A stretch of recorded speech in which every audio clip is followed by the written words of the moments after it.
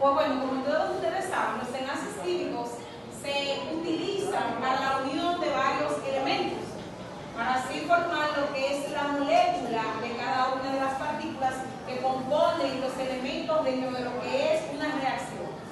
En este caso vamos a estar hablando de los enlaces iónicos, que son aquellos que se efectúan entre de un metal y un no metal. Por ejemplo, el sulfato de potasio, o sea, el sulfuro y el bromo, ¿verdad? Ese es un ejemplo de. Dentro de los mismos vamos a encontrar lo que nosotros llamamos la atracción química, cuando un elemento comparte sus iones con otros elementos para formar lo que nosotros llamamos la estructura de Lewis.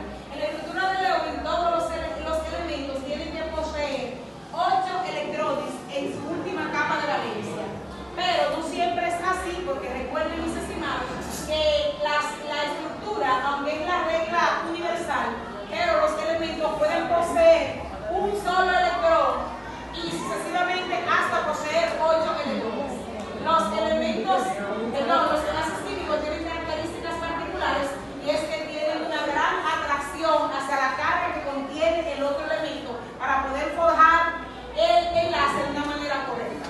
También tenemos los enlaces covalentes. Los enlaces covalentes son aquellos dentro de un elemento no metal con otro elemento no metal, como por ejemplo el oxígeno y el hidrógeno, ¿verdad?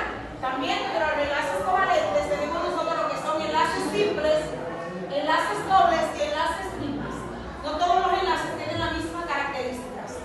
Cuando dos átomos se unen, va a depender de la estructura molecular que posee, para así se contradiga uno con el otro, repelen, y veamos si el enlace es simple cuando tienen una sola, si el enlace es doble cuando posee dos, o si el enlace es triple cuando posee dos.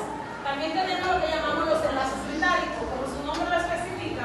Dentro de los enlaces metálicos son aquellos que se forman dentro de dos metales, como por ejemplo magnesio, la plata. Si unimos el oro con la plata, tenemos un enlace metálico porque son los dos elementos metálicos. Pero no solamente poseemos esta sola combinación de enlaces, también tenemos nosotros dentro de los enlaces covalentes otra clasificación general. En los enlaces covalentes tenemos enlaces covalentes polares y enlaces covalentes no polares y enlaces covalentes coordinados. Los enlaces covalentes polares son aquellos que están formados por dos estructuras de átomos dentro de las cuales hay un metal y un elemento no metal.